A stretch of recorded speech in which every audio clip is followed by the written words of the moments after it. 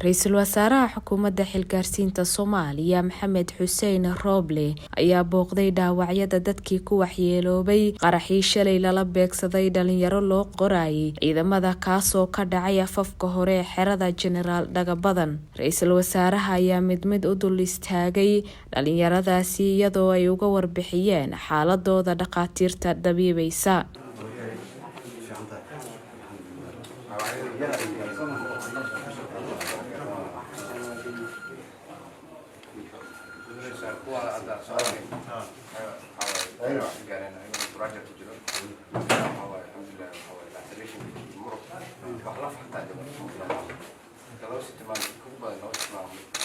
waxa uu xaqiijiyay in dawladda ay ku bixin doonto dadaal kasta sidii ay u heli lahaayeen daryeel caafimaad oo dhameystiran. Wasiirka Wasaaradda Gaashaandhigga ee Xukuumadda Xilgaarsiinta Soomaaliya Xasan Xuseen Xaaji oo ku weheliyay kormeerkani Ra'iisul Wasaaraha ayaa tilmaamay in dhalinyarada Soomaaliyeed ay dhaawacyadu soo gaadheen ay u muujiyeen Ra'iisul Wasaaraha sida ay uga go'an tahay inay dalkooda iyo dadkooda ay difaacaan aysan ka hor istaagi karin weerarada ay ku hayaan shabaabku.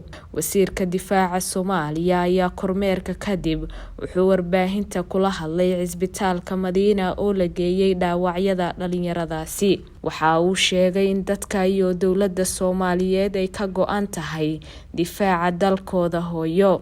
Wuxuu booqasho ku tagay Cisbitaal Madiina. Cisbitaalkaas oo la keenay dhalinyaro maanta argagixisada dhibaato u geystay ayagoo qoranayo oo diyaar ah in loo qoro ciidamada xoogga dalka. dhalinyaradaas hadda waxaa lagu daaweynayaa isbitaalka. Ra'iisul Wasaaraha wuxuu la hadlay maamulka isbitaalka in dhalinyaradaas la daaweeyo. Dawladda Soomaaliyana ay ka warhayni doonto waxaana u rajeeyay caafimaad degdeg ah. waxaana Ra'iisul Wasaaraha ka tacsiyay dhalinyarada kale oo ku dhimatay argagixisadaas dhibaatada maanta ay u geysatay. waxaa noo muuqata in dhalinyarada Soomaaliyeed ay diyaar u yihiin in ciidanka laga qoro si argagixisada looga safeeyo oo looga saaro dalkooda. waxayna noo sheegeen dhalinyaradii soo dhaawacantay inay diyaar u yihiin ciidamada xoogga dalka inay ku biiraan haddii Ilaahay caafimaad degdeg siiyo. waxaana rajaynaynaa insha Allahu in la daaweeyo isbitaalka iyo maamulkana.